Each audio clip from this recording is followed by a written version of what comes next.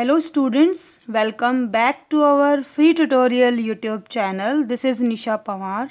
We are studying here about accountancy, and in our last video we have started our new topic, that is ledger, and in today's video we will continue this topic. And students, you will get link to all the videos so far in the description box below. Ledger क्या होते हैं कि हम जो journal entries करते हैं उनका हम सभी का सेपरेट अकाउंट मेंटेन करते हैं, उन्हें बोला जाता है लेजर। और फिर उन सभी अकाउंट्स का हम लोग बैलेंस निकालते हैं। अगर आपका डेबिट साइड ज़्यादा है तो वहाँ डेबिट बैलेंस होता है, अगर आपका क्रेडिट साइड ज़्यादा होता है तो वो क्रेडिट बैलेंस होता है। ठीक है, तो वो पोस्टिंग करना मैंने आपको बता दिया था कि कैसे करते हैं। अब उसके बाद एक छोटा सा टॉपिक आपका बचा था कि अगर आपकी ओरिजिनल एंट्री जर्नल में दी हुई है तो आप उसकी पोस्टिंग कैसे करेंगे। ओरिजिनल एंट्री आप सबको पता है कि कैसे क्या होती है और कैसे करते हैं। हमें सारी एसेट्स सारी लायबिलिटीज़ के बैलेंसेस दिए होते हैं। हम लोग एसेट्स को डेबिट कर देते हैं और लायबिलिटीज़ को क्रेडिट कर देते हैं। अगर आपका एसेट साइड में बैलेंस होता है तो वो गुडविल के नाम से ट्रांसफ़र हो जाता है, और अगर आपका लायबिलिटी साइड में बैलेंस होता है तो वो कैपिटल में ट्रांसफ़र हो जाता है। ठीक है, तो अगर आपकी जर्नल में आपको ओरिजिनल एंट्री दी हुई है तो उसकी पोस्टिंग आप कैसे करोगे। तो देखो, जो भी आपका डेबिट साइड में होगा उन सबको आप उसी अकाउंट का डेबिट बैलेंस लेकर चलोगे। जैसे कि मैंने आपको बताया था जब हमने पोस्टिंग करनी सीखी थी कि जैसे बैलेंस जब निकालते हैं तो उसे लिखा जाता है, अगर आपका क्रेडिट में लिखा जा रहा है तो बाय बैलेंस CD, अगर डेबिट में निकल रहा है तो टू बैलेंस CD, और फिर जब उसको नेक्स्ट मंथ या नेक्स्ट ईयर जब लेकर जाते हैं तो उसे लिखा जाता है, अगर आपने डेबिट में निकाला तो उसको क्रेडिट में लाया जाएगा टू बैलेंस BD, और अगर आपने डेबिट में निकाला तो क्रेडिट में लाया जाएगा बाय बैलेंस BD। मतलब जब लेकर आते हैं तो उसको ब्रॉट डाउन लिखा जाता है। ठीक है, B/D। तो ऐसे ही अगर आपकी ओरिजिनल एंट्री दी हुई है उसमें आपको सारे बैलेंसेस दिए होंगे, एसेट्स के, लायबिलिटीज़ के। तो एसेट्स का हमेशा डेबिट बैलेंस ही होता है और लायबिलिटीज़ का हमेशा क्रेडिट बैलेंस होता है। तो आपको उसी अकाउंट में अगर एसेट है तो डेबिट साइड में लिख दोगे कि टू बैलेंस BD, और अगर लायबिलिटी है तो उसको क्रेडिट साइड में लिख दोगे बाय बैलेंस BD। बस इतना सा आपको करना है। जैसे कि मान लो अगर आपको इस तरह से बैलेंसेस दिए हुए हैं, कैश इन हैंड, तो कैश का कौन सा बैलेंस होता है, कैश हमारी एसेट है तो आप कैश अकाउंट बनाओगे और कैश अकाउंट में लिखोगे to balance BD। Cash at bank, तो ये भी आपका बैंक अकाउंट हो जाएगा, बैंक अकाउंट में लिख दोगे डेबिट साइड में to balance BD। Bills receivable हमारे लिए एसेट्स होती हैं तो ये भी टू बैलेंस BD के नाम से चला जाएगा। रमेश क्रेडिट है, यानी कि आपका क्रेडिटर है, इसका बैलेंस क्रेडिट है तो ये क्रेडिट में लिखा जाएगा बाय बैलेंस BD। ठीक है, इस तरीके से अगर आपको कोई भी बैलेंस दिया हुआ है तो उसको आपको सिर्फ इतना सा ही करना है। डेबिट है तो डेबिट में लिख देंगे टू बैलेंस BD, और अगर क्रेडिट है तो क्रेडिट में लिख देंगे बाय बैलेंस BD। और उसके बाद बाकी की जैसे पोस्टिंग हमने सीखी है हम लोग वैसे ही पोस्टिंग करते जाएंगे और फिर अकाउंट्स को क्लोज कर देंगे। ठीक है, तो यहाँ पे हमारा ये लेजर वाला टॉपिक कंप्लीट होता है। अब लेजर के जस्ट बाद आपको बनाना होता है ट्रायल बैलेंस। ट्रायल बैलेंस, देखो नाम से ही पता चल रहा है कि इसमें आप बैलेंसेस डालोगे। तो जो लेजर में आपने जो अकाउंट मेंटेन किए, ठीक है, उन सबका जो बैलेंस निकला, किसी का डेबिट निकला, किसी का क्रेडिट निकला, और जो हमारे डेटर क्रेडिटर होते हैं उनका कभी बैलेंस निकलता है कभी नहीं निकलता, क्योंकि अगर उन्होंने पूरा हिसाब कर दिया, सारा अमाउंट पे कर दिया या आपने सारा पे कर दिया तो उनका कुछ भी बैलेंस नहीं बचेगा। ठीक है, तो बाकी की एसेट्स और लायबिलिटीज़ के हमारे बैलेंसेस बच जाते हैं। तो उन बैलेंसेस की एक लिस्ट बनाई जाती है और उस लिस्ट को बोला जाता है ट्रायल बैलेंस। आप इसको लिस्ट बोल सकते हो, आप इसको स्टेटमेंट बोल सकते हो, आप इसको as a working paper treat कर सकते हो, एज अ स्टेटमेंट हो सकता है। ठीक है, ये अकाउंट नहीं होता, ये सिर्फ एक स्टेटमेंट होती है, सिर्फ एक लिस्ट होती है अकाउंट्स की। तो ट्रायल बैलेंस की डेफिनेशन है आपकी J.R. बाटली बॉय के according, trial balance is a statement prepared with the debit and credit balances of ledger account to test the arithmetical accuracy of the books. Trial balance क्या होता है, एक statement होता है जो कि आपके डेबिट और क्रेडिट बैलेंसेस को लेकर बनाया जाता है, जो आपके लेजर अकाउंट में निकलता है क्या टेस्ट करने के लिए? अर्थमेटिकल एक्यूरेसी टेस्ट करने के लिए। अब ये कैसे टेस्ट करेंगे? तो देखो हम लोग डबल एंट्री सिस्टम फॉलो कर रहे हैं। तो डबल एंट्री सिस्टम में क्या होता है कि हर एंट्री में आपका जो भी अकाउंट है वो एक बार डेबिट हो रहा है, एक बार क्रेडिट हो रहा है, मतलब आप दोनों साइड उसकी एंट्री करते हो। तो अगर आपका डेबिट और क्रेडिट दोनों साइड का जो टोटल है अगर वो इक्वल है तो इसका मतलब आपका अर्थमेटिकल आपकी कोई भी मिस्टेक नहीं हुई है। तो यही चेक करने के लिए हम क्या बनाते हैं? Trial balance. ठीक है, इसकी और भी डेफिनेशंस हैं तो आप चाहो तो वो लर्न कर सकते हो।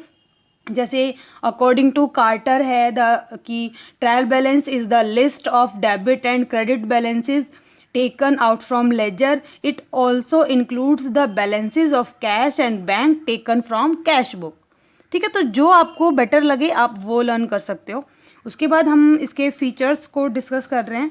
तो फीचर्स में सबसे पहला आपका पॉइंट है लिस्ट ऑफ अकाउंट्स।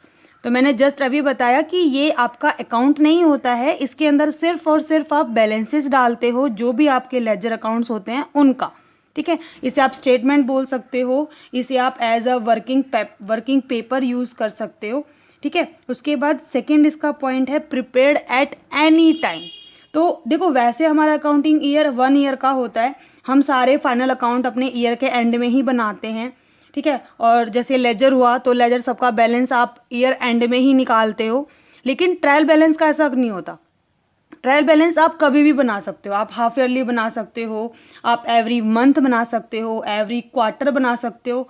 आपको करना क्या होगा, आपने जो लेजर बनाया आप उनके बैलेंसेस निकालोगे, उनको एक बार ऐड करके देखोगे, अगर आपका डेबिट क्रेडिट का टोटल इक्वल है तो मतलब आप अर्थमेटिक कोई मिस्टेक नहीं कर रहे हो।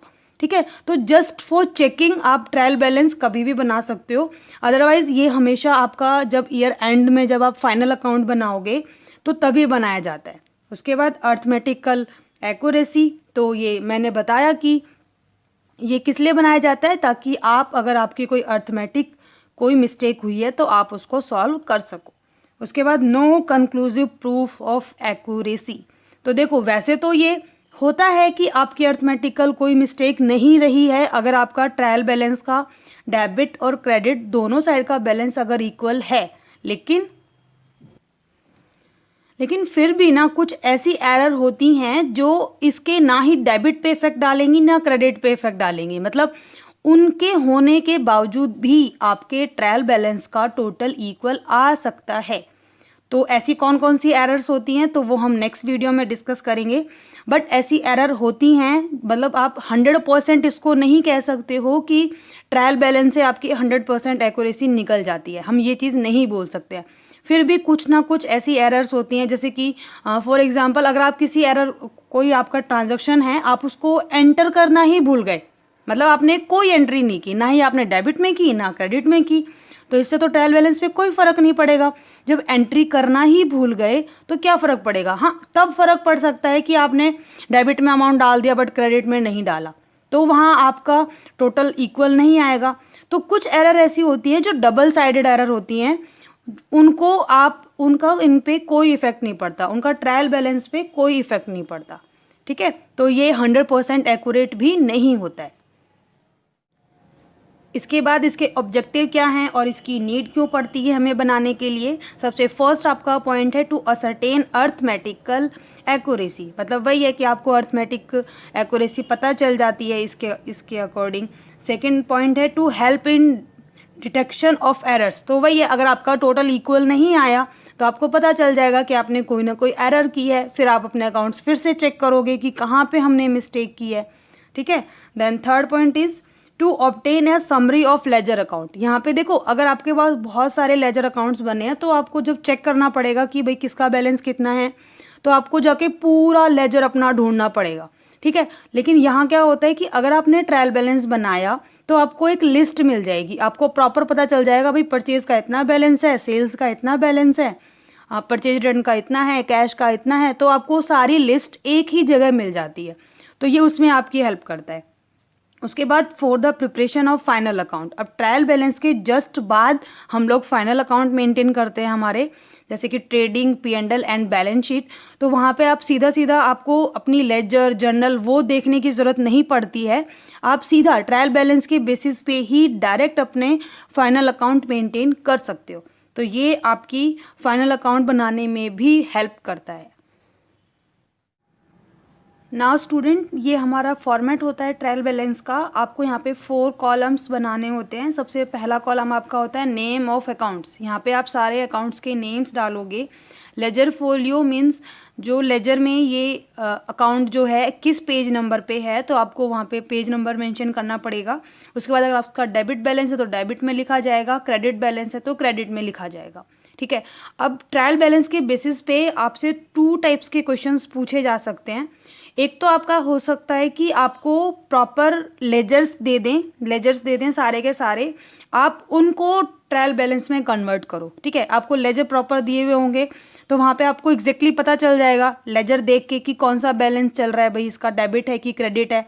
तो वहाँ पे आपको खुद से पता करने की ज़रूरत नहीं है, आप सीधा सीधा उठाओगे और यहाँ पे जैसे कि कैश अकाउंट का डेबिट बैलेंस है तो कैश अकाउंट डाल दोगे, बैंक अकाउंट डाल दोगे, परचेज अकाउंट, सेल्स अकाउंट, जो भी आपका आता जाएगा आप डायरेक्ट डाल सकते हो। कई बार आपसे क्वेश्चंस पूछ लिए जाते हैं कि आपको सिर्फ लिस्ट दे देते हैं अकाउंट्स की, कि आपको यही नहीं बताया कि उनका डेबिट बैलेंस है कि क्रेडिट बैलेंस है। सिंपल आपको एक लिस्ट दे दी जाती है, उसके अकॉर्डिंग आपको बनाना होता है। तो वहाँ पे बनाने के लिए आपको सिर्फ एक चीज़ ध्यान में रखनी है कि जितनी भी आपकी एसेट्स होंगी उनका हमेशा डेबिट बैलेंस ही होगा, और जितनी भी आपकी लायबिलिटीज़ होंगी उन सभी का आपका क्रेडिट बैलेंस होगा। ठीक है। और अगर कोई एक्सपेंसेस हैं तो उनको भी आप डेबिट में ही लिखोगे, और अगर कोई इनकम आपकी हैं तो उनका हमेशा क्रेडिट बैलेंस होगा। ठीक है। तो इस तरीके से हमारे ट्रायल बैलेंस इजीली बन जाएगा। तो ये हमारे पास लिस्ट है आपके अकाउंट्स की, जैसे कि ओपनिंग स्टॉक आपको दिया हुआ है 20,000, परचेज दिया हुआ है 85,000, purchase return 5,000, sales 1,60,000, sales return 6,200, rent 1,200, salaries 5,700, advertisement 880, commission received 1,440, discount credit 710, furniture 6,000, machinery आपकी है 62,000 एंड डेटर्स है आपके 36,000। ठीक है।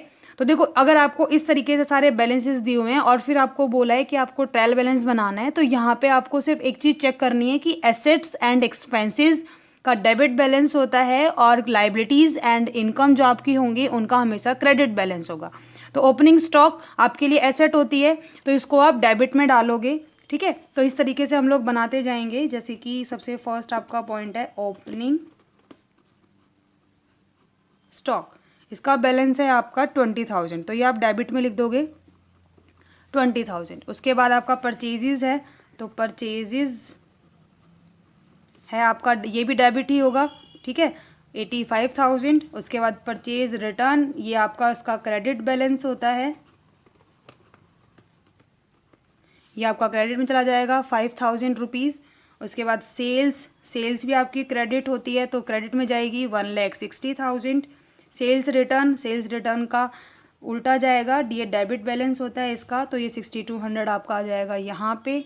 उसके बाद रेंट, तो देखो यहाँ पे ना जब आपको एक्सपेंसेस दिया हुआ होगा तो उसको वो मेंशन नहीं करेगा, सिर्फ रेंट, सैलरी इस तरह से डाल देगा। अगर आपको रिसीव हुई है तो वहाँ पे वो उसको प्रॉपर मेंशन करेगा रेंट रिसीव्ड या फिर सैलरी रिसीव्ड। तो यहाँ पे रिसीव्ड नहीं है, इसका मतलब ये हमारा एक्सपेंसेस ही है, तो इसको हम डेबिट में ही डालेंगे। ठीक है। ऐसे देखो सैलरी दी हुई है तो सैलरी में भी यहाँ पे आपको रिसीव्ड वर्ड मेंशन नहीं किया है तो इसको भी आप एज अ एक्सपेंसेस ही ट्रीट करोगे। अब उसके बाद एडवर्टीजमेंट जो हैं आपके वो हुए हैं 880। अब देखो जो मैंने बताया था रिसीव्ड वाला पॉइंट, तो यहाँ पे आपको कमीशन रिसीव्ड दिया हुआ है, तो कमीशन रिसीव्ड क्या होती है हमारे लिए, इनकम, इसको आप एज अ इनकम ट्रीट करोगे। तो इस तरीके से आपको लिस्ट बनानी होती है और फिर एंड में आप दोनों साइड का टोटल करोगे, दोनों साइड का टोटल आपका इक्वल होना चाहिए। ठीक है। इस तरीके से हमारा ट्रायल बैलेंस बन जाता है। अब एक चीज़ और कि क्लोजिंग स्टॉक को कैसे ट्रीट करोगे। देखो क्लोजिंग स्टॉक का क्या होता है कि ये जो ट्रायल बैलेंस हम बना रहे हैं, मैंने जस्ट अभी आपको बताया था कि ट्रायल बैलेंस का कुछ फिक्स नहीं होता कि आप इसको कब बना रहे हो। आप इसको जब आप अपने फाइनल अकाउंट मेंटेन कर रहे हो उस टाइम पे बना रहे हो, या फिर हाफ ईयरली बना रहे हो, या फिर क्वार्टरली बना रहे हो, मंथली बना रहे हो, कैसे बना रहे हो।